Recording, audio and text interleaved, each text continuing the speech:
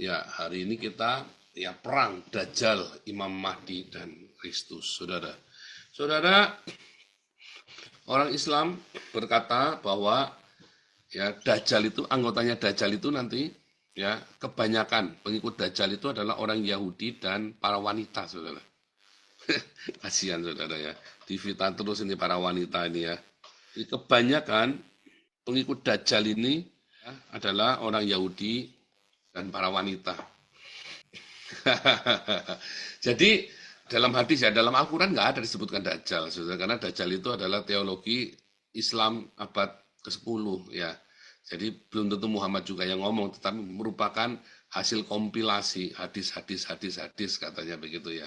Tapi ada yang menarik ya dari tentang Dajjal ini, itu matanya satu, saudara. Dan mata satu ini kalau Anda lihat ada di dalam teologinya orang Yahudi ya, yaitu ayin hara atau khamsa ya, khamsa atau ayin hara. Nanti Anda bisa lihat di Wikipedia, ChatGPT segala macam, Anda bisa cek ya. Ya, ayin hara atau khamsa ini. Orang Islam sangat yakin bahwa Dajjal itu adalah orang Yahudi, saudara. Ya, karena orang Yahudi lah anti Kristus, mereka kayak anti Yesus. Enggak, saudara, anti Yahudi yang mana dulu nih? Ya kan, kemarin sudah kita ceritakan. Oh, kemarin saya belum cerita tentang orang Saduki ya, saudara ya. Sebentar, saya mesti ceritanya satu-satu ya. Kita ceritain Dajjal, Imam Mahdi, dan Kristus. Kita mulai dari awal dulu ya, awal dulu. Katanya orang Yahudi itu menentang Yesus. Orang Yahudi yang mana, saudara, yang menentang Yesus? Ternyata, bahkan orang Yahudi yang hari ini tidak menentang Yesus, saudara. Mereka belajar. Yudaisme itu mempelajari New Testament, saudara. Mempelajari Perjanjian Baru. Kuliah saya di Haifa, saudara ya. Kita membaca Perjanjian Baru, saudara. Ya, dalam Jewish Study, saya belajar Perjanjian Baru. Materi-materi yang saya berikan kepada Anda itu dalam Hagios Bible College atau dalam beberapa kelas itu dari Haifa, saudara. Dan kita belajar membaca surat-surat Paulus. Apa dia berpendapat seperti ini, lalu pendapatnya begini, pendapatnya dibahas.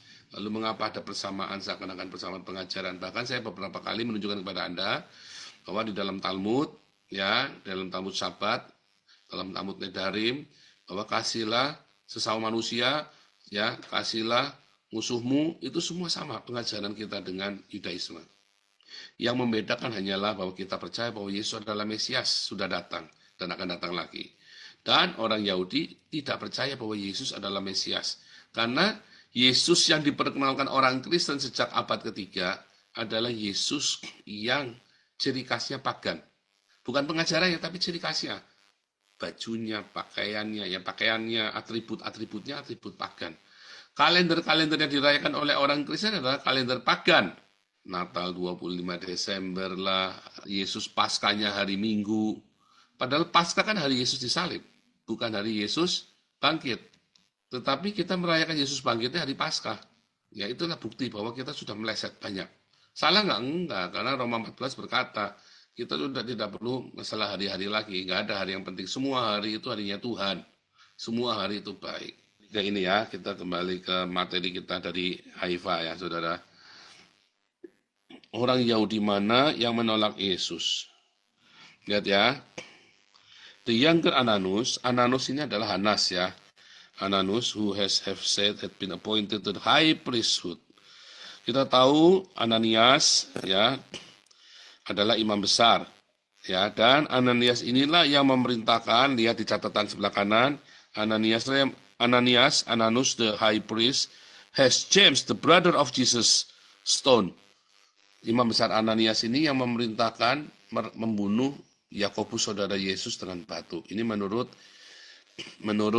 ini ya, menurut catatannya Yosefus, ahli sejarah itu. Ya. Nah, balik yang kuning ya, the younger Ananus who as we have said had been appointed to the high priesthood was rash in the temper and unusual daring. Wah, dia pemarah ya, saudara. He followed the school of Sadducees. Ternyata Ananias itu adalah murid dari aliran Saduki, saudara, yang sangat tidak berperasaan than any other of Jews. Orang-orang Saduki itu nggak punya perasaan, kejam, saudara, yang bilang kejam, stone hard, dibanding dengan ajaran-ajaran Yahudi yang lain. Ya, ini ada ya, ada tertulisnya dalam Yosefus ya. Josephus, The Jewish Antiquity, pasal 20, halaman 196 sampai 200 ya, saudara ya. Anda bisa cek ya ini ya. Nah, ini dalam bahasa Yunaninya, dalam bahasa ininya ya, ada dua-dua. Ini yang kasih profesor saya dari Haifa, saudara. Jadi Anda jangan ngomong ini terus karangan, dada, saudara ya. Ya ini saya download langsung dari websitenya Haifa University, dari itu mata kuliah saya tentang Judeo-Christian Late Antiquity ya judulnya ya. Itu mata kuliah dosen saya namanya Profesor Hillel Newman yang ngajar ini ya. Walaupun beliau tidak menceritakan tentang Hanas, Kayafas dan Yesus, tapi saya tertarik sekali dengan ini. Saya kasih kuning langsung ini ya. Aneh ya, Hanas, Kayafas. Nah kalau Anda lihat ya, kalau Anda lihat di Alkitab ya, imam kepala dan para pengikut orang Saduki ya. Akhirnya mulailah imam besar dan para pengikutnya. Siapakah pengikut imam besar? Yaitu orang-orang dari mazhab Saduki. Bertindak apa? Sebab mereka sangat iri hati. Siapa? Orang Saduki. Siapa? Imam besar. Jadi imam besar di zaman Yesus ya adalah imam besar dari keturunan Zadok. Ketika Mesias lahir, ketika Mesias datang, Mesias ini kan adalah raja segala raja dan ya, anak Daud. Maka yang menjadi imam harus imam Zadok, keturunannya Zadok. Zadok itu adalah imam yang setia, yang ketika Daud lagi lari dikejar sama Saul, seluruh keluarganya dibunuh. Lalu adalah satu anaknya lari, ya. Itulah imam Zadok. Makanya ketika Yesus lahir dan menjadi Mesias, maka yang menjadi imam harus keturunan Saduki, imam Zadok. Orang-orang Saduki itulah. Lalu ada masalah baru nih saudara, ketika Yesus bangkit dari kematian. Dusta mahkamah agama. Ketika mereka di tengah jalan datang beberapa orang kepada imam kepala. Mereka berunding lalu mengambil keputusan. Kamu harus mengatakan murid-muridnya datang malam-malam mencurinya ketika kamu tidur. Dan apabila hal ini kedengaran oleh wali negeri, kami akan bicara dengan dia sehingga kamu tidak beroleh kesulitan apa-apa. Mereka menerima uang itu dan berbuat seperti yang dipesankan kepada mereka, dan ceritanya tersiar di antara orang Yahudi sampai sekarang. Sampai sekarang ini maksudnya sampai si Matius ini nulis itu ya. Apa pesannya saudara? Mayatnya dicuri. Mengapa? Karena imam-imam kepala tidak percaya kebangkitan orang mati. Markus 12 ya. Orang Saduki tidak percaya kebangkitan orang mati. Makanya orang-orang Saduki inilah yang menjadi musuh antagonis di dalam Alkitab. Satu-satunya aliran yang dikatain sesat oleh Tuhan Yesus adalah orang Saduki. Orang Farisi nggak boleh dikatain sesat, saudara. Ahli Taurat, Yesus saja dari ahli Taurat. Ya, Yesus bukan orang Farisi, dia ahli Taurat. Tetapi murid-murid Yesus banyak orang Farisi. Contohnya Nikodemus, Yusuf Arimatea, Rasul Paulus. Ya kan? Itu kan orang Farisi semua. Jadi orang Farisi mudah menerima kebangkitan Yesus, bisa menerima kedatangan Mesias. Tetapi orang-orang Saduki menolak kebangkitan orang mati. Jadi inilah peran antagonis yang sesungguhnya, menolak kebangkitan Yesus. Padahal inti pengajaran kekristenan keselamatan adalah kematian dan kebangkitan Yesus. Nah, itu salah satu. Jadi kita tahu nih asal-usulnya. Tetapi kalau Anda lihat di dalam Perek Halek ya, bahwa Maimonides itu mencela orang yang tidak percaya kebangkitan orang mati, saudara ya. 13 prinsip Maimonides ya. Perek Halek namanya ya. Perek Halek itu adalah prinsip imannya dia ya. Prinsip pertama percaya kepada adanya kreator. Prinsip kedua percaya bahwa Allah itu echad. Prinsip ketiga percaya incorporeal. He is incorporeal. Ya. Prinsip keempat the one absolutely eternal yang kekal belum ya. Ada yang kebangkitan orang mati. Nah ini ya prinsip ke-13 ya. The resurrection of the dead which he have already explicated. Jadi bertentangan dengan orang Saduki justru yang tidak percaya dengan kebangkitan orang mati. Karena Maimonides dan orang-orang Yahudi pada umumnya percaya dengan kebangkitan orang mati. Dibandingkan dengan, jadi kalau yang menentang ini, mereka masuk neraka katanya. Nggak selamat. Ya katanya si Maimonides intinya begitu ya. Jadi mereka percaya dengan kebangkitan orang mati. Beda kan? Dengan orang Saduki tadi, makanya itulah yang terjadi. Ya. Dan kita sudah mengerti ya, bahwa ternyata peran antagonisnya adalah orang Saduki. Ya, bukan orang Farisi, tapi orang Saduki yang hampir jarang disebut-sebut di dalam gereja. Bagaimana peran orang Saduki melawan keselamatannya dari sorga. Ya, orang Saduki ini. Padahal imamnya itu, tokoh utamanya Hanas Kayafas, dan para pengikutnya adalah orang Saduki semua. Yang mempersekusi para murid Yesus juga dalam Kisah Rasul 5 tadi. Ya, ini ada dijelaskan lebih rinci di Hagios Bible College, saudara ya. Nah, sekarang kita masuk lagi, saudara ya. Antikristus menolak Mesias, ya, yang bangkit dan yang mati, ya, yaitu orang Saduki. Satu, orang Saduki. Dua, orang Islam, ya. Jelas ya, kemarin sudah bolak-balik kita jelaskan bahwa antikristus satu, zaman Yesus itu ya orang Saduki itu. Yang kedua itu ya orang-orang Islam. Karena menolak Kristus yang diurapi, yaitu orang Yahudi dan orang Kristen. Anti dari orang Israel yang diurapi, anti dari orang yang diurapi. Juga mereka tidak mengakui Bapa dan Anak dan seterusnya. Sudah kita jelaskan, kita jangan ulangi lagi ya. Kita tiap minggu, sudah hampir setahun ini kita cerita tentang antikristus. Jadi Anda tiap minggu cek semua video-video ini berseri ya. Kita bahas habis-habisan semua kitab Wahyu ya. Bolak-balik Wahyu 1, 2, 3, 4, sampai 22. Balik lagi 1, 2, 3, kita bolak-balik. Jadi dengarkan siaran ini, Anda ada tulisannya Koinonia Online. Semua ya. Nah itulah antikristus, yaitu orang Saduki, orang-orang Yahudi itu orang Saduki, dan orang-orang Islam. Itulah antikristus. Jangan diutak-atik lagi, kita sampai di sini, ya. Kita sudah tahu, nggak usah dibawa ke paus lah, ke siapa lagi lah, orang Wanes lah, segala macam. Ya, antikristus itu sudah jelas orang Saduki dan orang Islam. Sekarang kedua, saudara, Imam Mahdi. Imam Mahdi ini keturunan Muhammad. Berkening lebar, berhidung mancung, ya, berkulit putih katanya Muhammad. Siapakah turunnya Muhammad? Orang Syiah. Ini kan ceritanya rohania. Orang Syiah itulah yang megang aslinya ajarannya Muhammad, bukan para sahabat. Tapi orang Syiah itulah Fatimah, Ali bin Abi Thalib. Itulah orang-orang Syiah. Ya, kalau Anda lihat Ayatullah Khomeini itu kan berkening lebar, berhidung mancung, berkulit putih kan. Khomeini dan Khomeini sama saja. Ya kan? Berkening lebar, berhidung mancung, berkulit putih. Ya kan? Orang Syiah kan? Lah kalau Anda lihat orang-orang Sunni, Wahabi semua kulitnya hitam, saudara. Yang kulitnya putih ya Khomeini, gelombangnya Khomeini ini yang kulitnya putih. Berhidung mancung. Orang-orang Syiah ini ya. Nah, itulah Imam Mahdi. Dan siapakah Imam Mahdi? Mereka ngaku-ngaku sama Yesus sholat bareng. Kalau Islam kan suka muter balikan gitu, saudara ya. Jadi kalau anak Islam bilang apa, pokoknya baliknya. Itu yang benar adalah itu. Karena Islam itu memutar balikan. Jadi Imam Mahdi ini adalah antikristus. Ya, anti orang Yahudi, anti orang Kristen. Orang Kristen itu tidak boleh di Iran, saudara. Kalau kamu orang Iran, orang Persia, orang Islam lalu pindah jadi agama Kristen, kamu bisa dibunuh, digantung, jadi hukum mati. Ya, dan anti Yahudi. Ya, orang-orang Syiah ini paling anti Yahudi, paling anti Yahudi.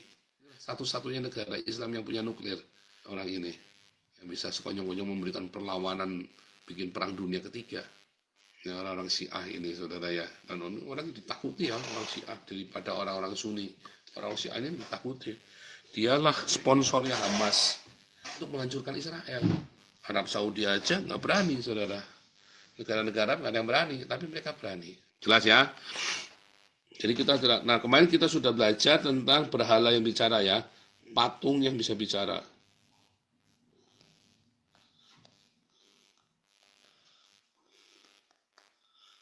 Inilah apa, saudara? Robot humanoid, manusia robot ya, artificial intelligence ya, dan mereka ini akan menipu seluruh dunia, mendatangkan api dari langit, mungkin membuat segala mujizat ya.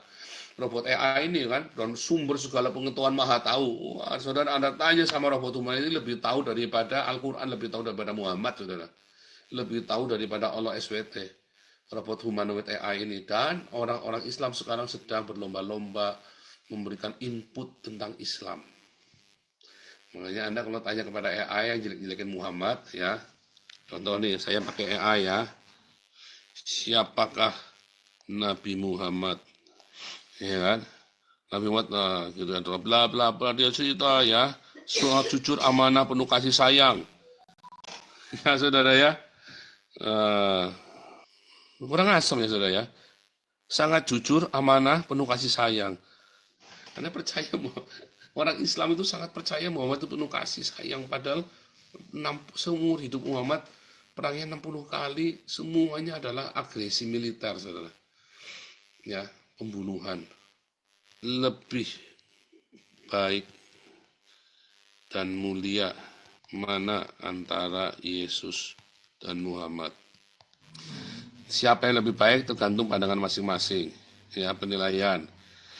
Nah, penilaian tentang siapa yang lebih mulia bergantung pada keyakinan masing-masing agama. Islam mengajarkan menghormati semua nabi, tidak membanding-bandingkan. Kristen memuliakan Yesus sebagai Tuhan dan Juru Selamat. Ya, ya dalam pandangan Kristen Yesus lebih mulia. Dalam Islam semua nabi dihormati. Ya, Islam juga menghormati Nabi Muhammad. Ya, lebih terkenal mana Muhammad dengan Yesus. Yesus mungkin lebih dikenal di dunia barat, Muhammad dikenal di dunia muslim banyak negara Asia dan Afrika. Secara global, tingkat ketenaran bisa berbentuk dalam wilayah.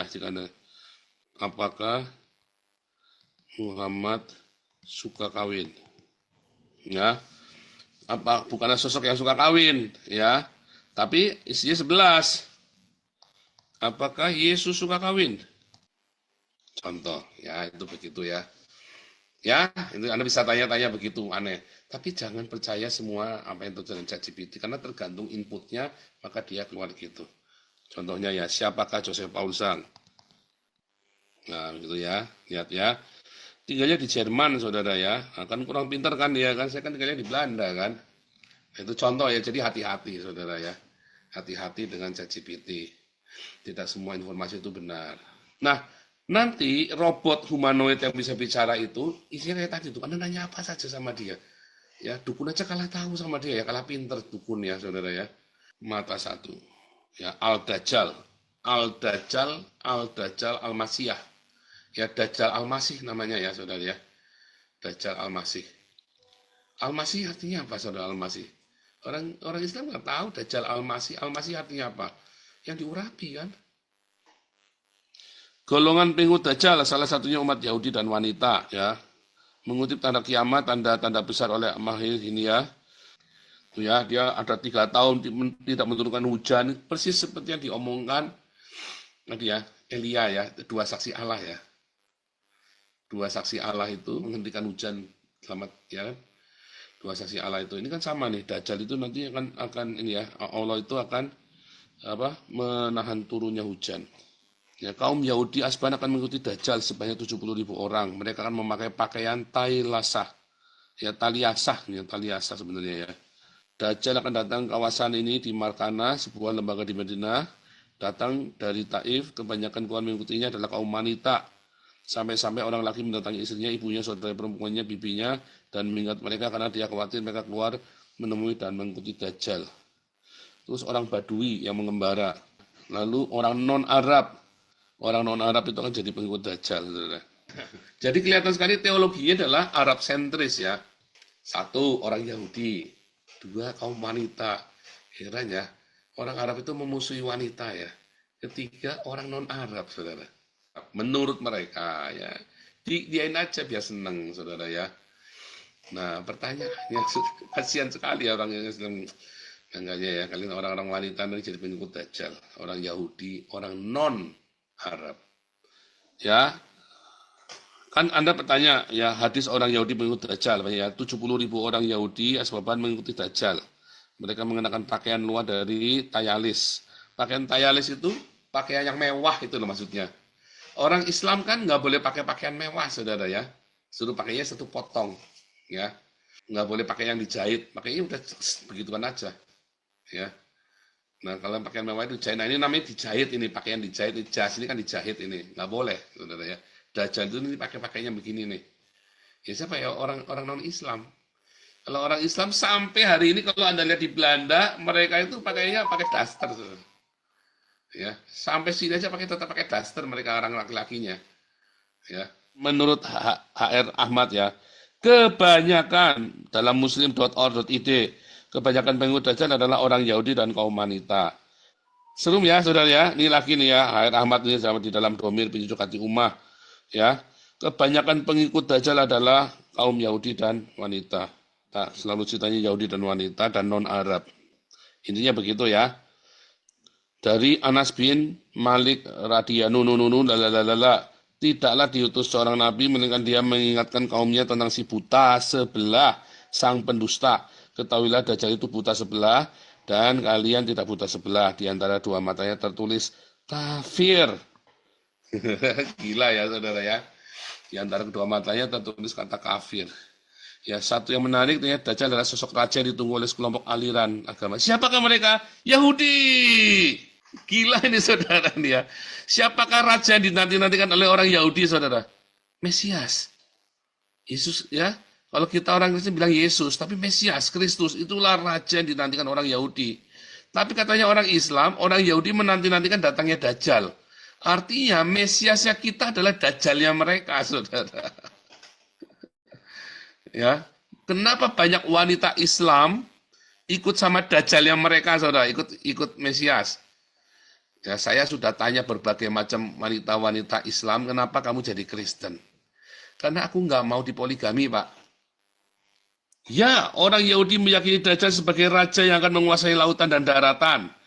Lautan dan daratan dunia, ya kan, dunia kepadaku diberi kuasa di langit dan di bumi itu kan. Mereka juga meyakini sebagai salah satu tanda dari tanda kebesaran. Orang Yahudi menamainya dengan Al-Masih bin Daud. Wah, kacau nih saudara ya. Al-Masih bin Daud. Siapa? Mesias anak Daud, saudara. Dajjal itu bagi orang Islam adalah Mesias anak Daud. Perbedaannya sangat mencolok antara mukmin dan Yahudi. Orang beriman menunggu kedatangan Imam Mahdi dan turun Nabi Isa. Padahal Nabi Isa itu kan Al-Masih bin Daud kan. Sementara mereka menunggu pendusta yang buta sebelah, penebar fitnah. Kebanyakan pengikut Dajjal adalah orang Yahudi dan kaum wanita. Ya, dalam hadis yang lain, sahabat Anas bin Malik, Dajjal diikuti 10.000 dan menggunakan selendang yang dipakai di pundak menyerupai baju jubah dan ya kan. Tayalisa adalah selendang yang dipakai di pundak menyerupai baju jubah tidak memiliki jahitan. Ya, balik ya. Kalau tayalisa ini adalah selendang. Selendang ini yang dipakai di pundak ini apa saudara? Talit saudara ya. Baju tebal kekaisaran. Pakaian tayalis adalah baju tebal berjahit ya. Sementara pakaian Rasulullah kan gamis putih ya kan. Sementara itu baju tebal berjahit ya. Kaum Yahudi asbaban mengikuti Dajjal menggunakan apa? Tayalis. Inilah yang namanya tayalis saudara. Kan baju luar ini kan berjahit kan, tebel kan. Baju doa itu loh saudara ya, yang buat kerudung buat berdoa. Kerudung ya di bajunya, tapi di panjangnya 180 cm dikali 1 meter saudara. Malah bukan 1 meter ya, 120 ya ukuran ya. Ukuran talit itu ya. Ya. Jadi Dajjal tadi kalau kita lihat sama-sama ya. Dajjal ini ternyata adalah Al-Masih Al-Daud saudara ya. Mesias anak Daud itulah Dajjal saudara bagi orang Islam. Ini dari muslim.or.id lah saudara ya. Ini website resminya orang-orang Islam. Siapakah Mesias anak Daud saudara? Yesus kan? Yesus Mesias anak Daud, ya kan? Jadi ada satu teologi mata satu di dalam orang Yahudi saudara. Punya teologi satu mata, namanya Ayin Khamsah. Ya, the evil eye. Tuhan Yesus pernah cerita ini ya, saudara ya. Tuhan Yesus pernah mengajarkan the evil eye di dalam Matius 5. Kalau matamu jahat, buang satu, saudara. Jika matamu yang kanan menyesatkan engkau, cungkilah dan buanglah itu karena lebih baik bagimu jika satu dari anggota tubuhmu binasa daripada tubuhmu dengan utuh campakkan ke neraka. Lebih baik kamu masuk surga dengan mata satu, saudara, daripada matamu dua tapi kamu jahat. Satu matamu itu jahat, the evil eye. Anda nanggap nggak ini Yesus ngajarkan tentang mata satu. Lalu sama si orang Islam, ya Dajjal itu adalah Mesias anak Daud, saudara. Al-Masih bin Daud. Ya tadi ya. Padahal Yesus cerita tentang mata satu ini, lebih baik kamu masuk ke surga dengan mata satu daripada kamu matamu lengkap masuk ke neraka. Ternyata ini adalah sebuah metafora. Jadi apa yang diajarkan Yesus itu sebenarnya diajarkan oleh orang-orang Yudaisme juga, saudara ya. The evil eye. Anda bisa lihat dari kabat.org ya, saudara ya. Kabat.org, the evil eye. Viralkan saudara ya. Anda hanya ada diajari di sini, saudara. Anda kemana-mana nggak akan diajari ini yang beginian. What is the meaning of the evil eye? Ayin hara ya. Simbolnya seperti ini. Ya, the evil eye. Ya. Mata satu, saudara.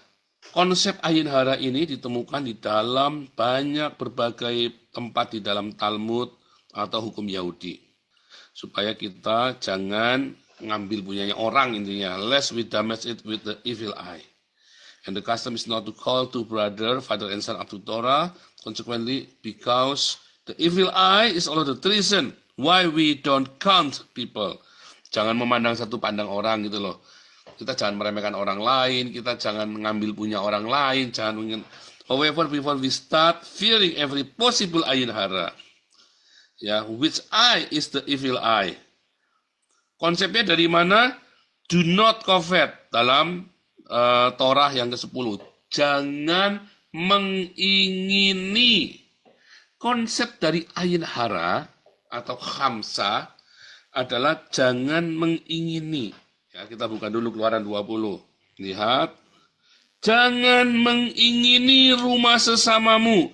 Jangan mengingini istrinya atau hambanya laki-laki perempuan atau lembunya, keledainya, apapun yang dipunyai sesamamu.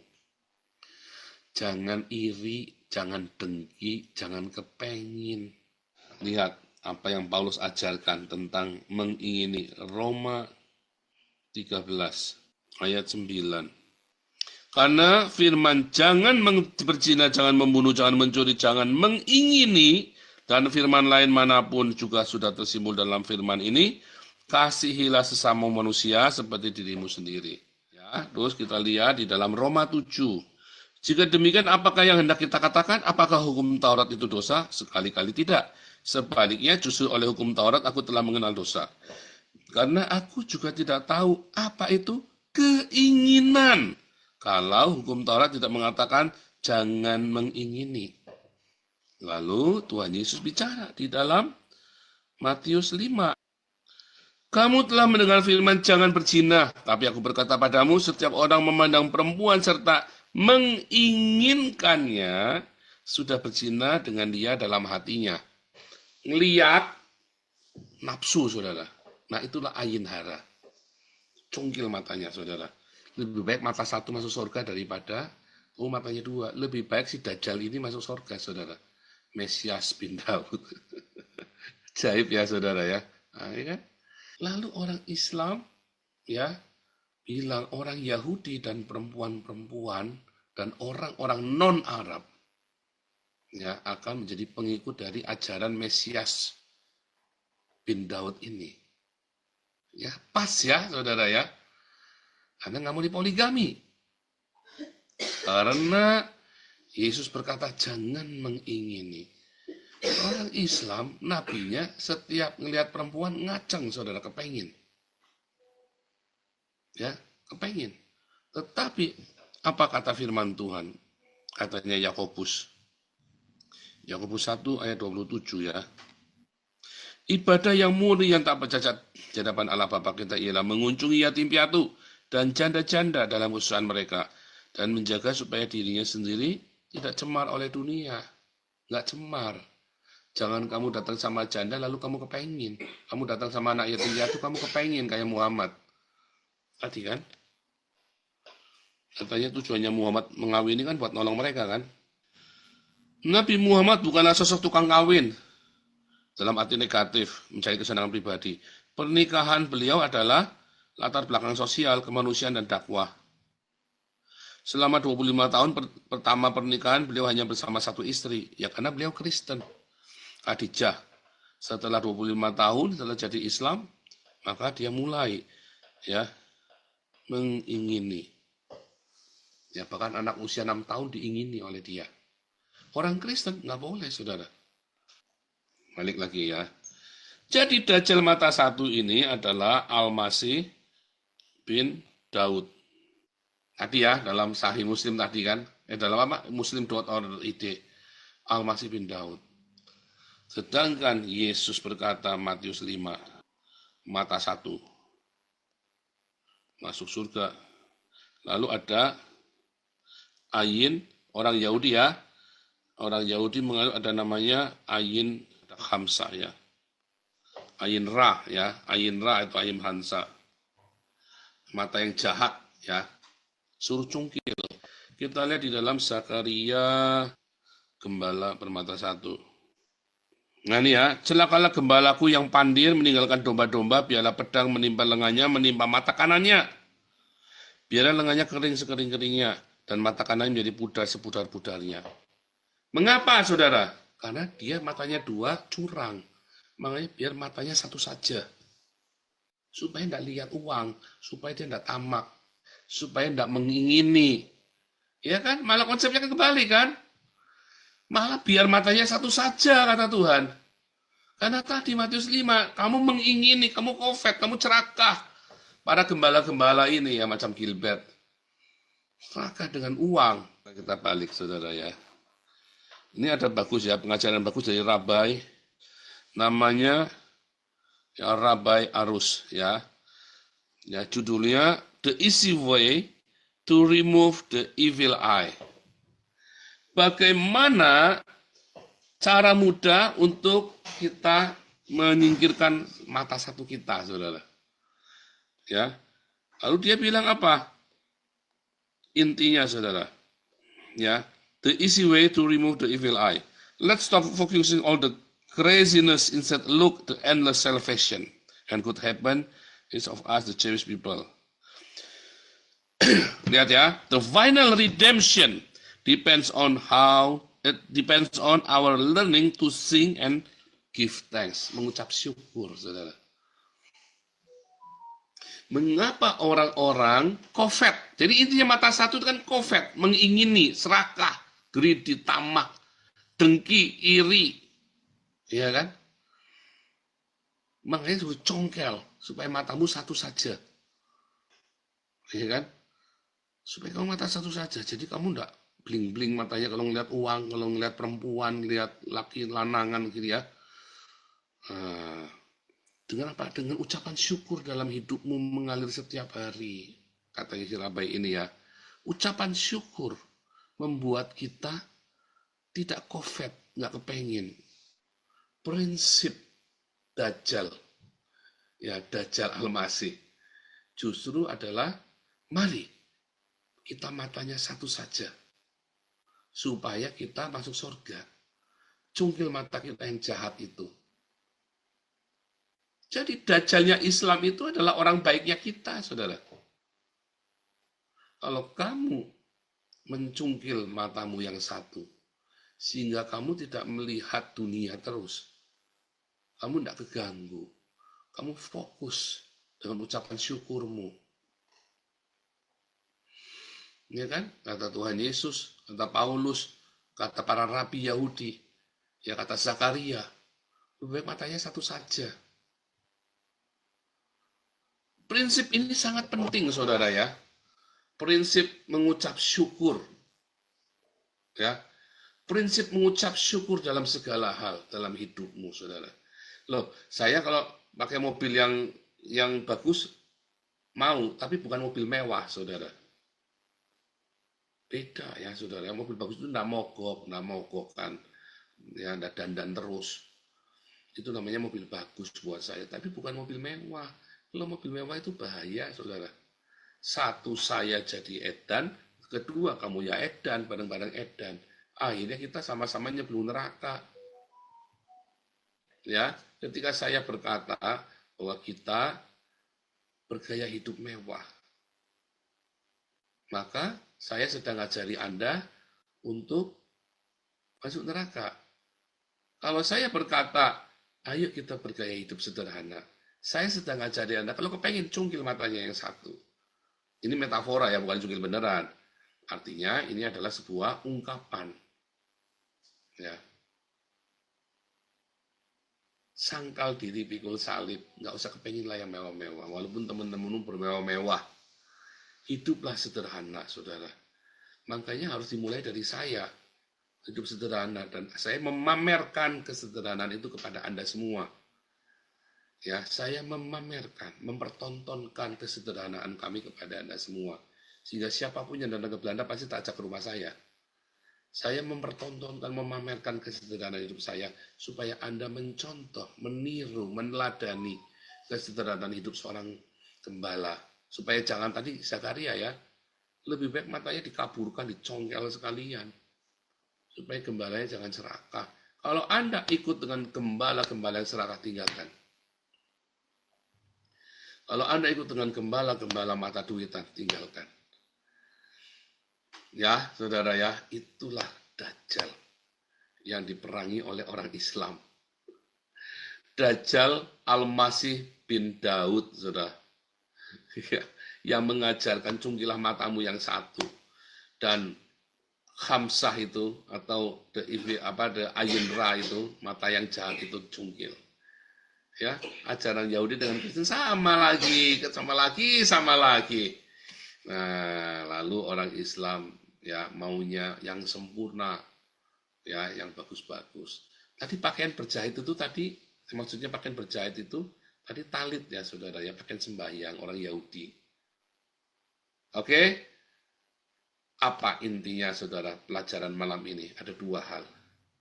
Satu, hiduplah sederhana.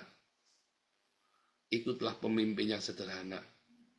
Teladanilah para pemimpin yang hidupnya sederhana. Saya makin terharu, makin saya terkagum-kagum dengan Paus Francis, karena saldo di rekening banknya dia cuma 1.600.000, saudara. Saya sampai melongo, saudara ya. Sampai melongo. Terus waktu dimakamkan, sepatunya butut ya, saudara ya. Saudara lihat sepatunya butut ya, sepatunya Paus nih, saudara ya. Dia nggak mau pakai sepatu mewah, merah-merah itu ya. Nah ini ya saudara ya. Kelihatan nggak itu? Sepatunya butut, ujungnya itu udah sobek-sobek begitu ya. Kalau Anda terbiasa mengikuti teladan orang-orang seperti ini, hidupmu tenang, ayem saudara. Kamu nanti tidak gemerungsung cari uang. Kamu tidak gemerungsung lihat tetangga, ganti mobil, ganti TV, apa segala macam. Ini gini saja, tidak apa-apa. Lebih baik aku bisa bersedekah, lebih baik aku bisa nolong sesama daripada aku itu bermewah-mewah. Tapi aku ngelihat tetangga kok, ngelihat ada anak di pinggir jalan, aku mau ngasih aja nggak punya uang gara-gara tiap hari matanya mencicil, ngejadi cicilan terus, saudara ya. Enak. Kan gampang sebenarnya, hidup ini gampang nggak gampang, itu kan hanya keputusan saja. Masalahnya, ya kan kamu kan tidak mau bermata satu, ya kan? Nggak mau bermata satu kamu. Yang kedua, saudara, kalau matamu jahat, ya cungkil. Artinya apa? Kamu sudah tahu begitu kamu jealous jengkel apa? Apa yang kamu inginkan kasihkan ke orang. Ya kan? Artinya buat sedekah, bukan Anda belikan Alphard buat orang, belikan Ferrari buat orang, belikan tas bagus, bukan. Uangnya buru-buru kasihkan buat sedekah, saudara. Aku punya uang, aku mau beli barang mewah, mau beli iPhone 16. Belilah handphone yang biasa saja, yang penting bagus, yang separuh harganya iPhone 16, sisanya kan sobat sedekah, udah habis, tenang, kamu tidak akan bingung lagi. Udah punya uang kan? Malah kamu akan diberkati hidupnya, saudara. Itu, hiduplah sederhana, dan kalau kepengin ufet, belajar kamu mengucap syukur. Ya, saudara, luar biasa, itulah Dajjal. Saudara. Dajjal itu adalah orang baik. Ya, orang yang hidupnya sederhana, yang hidupnya menolak. Dia lebih baik menggunakan tali sembahyang, talit, ya, kain yang berjahit itu talit itu ya. Lebih baik menggunakan talit sembahyang orang-orang Yahudi yang baik. Itulah Dajjal yang difitnah oleh orang Islam. Al-Masih ibnu Daud, Mesias anak Daud, Kristus anak Daud. Ya, saudara ya. Mesias itu Dajjal yang orang Islam itu ternyata adalah pengajaran Yesus. Ya cungkilah matamu. Tuhan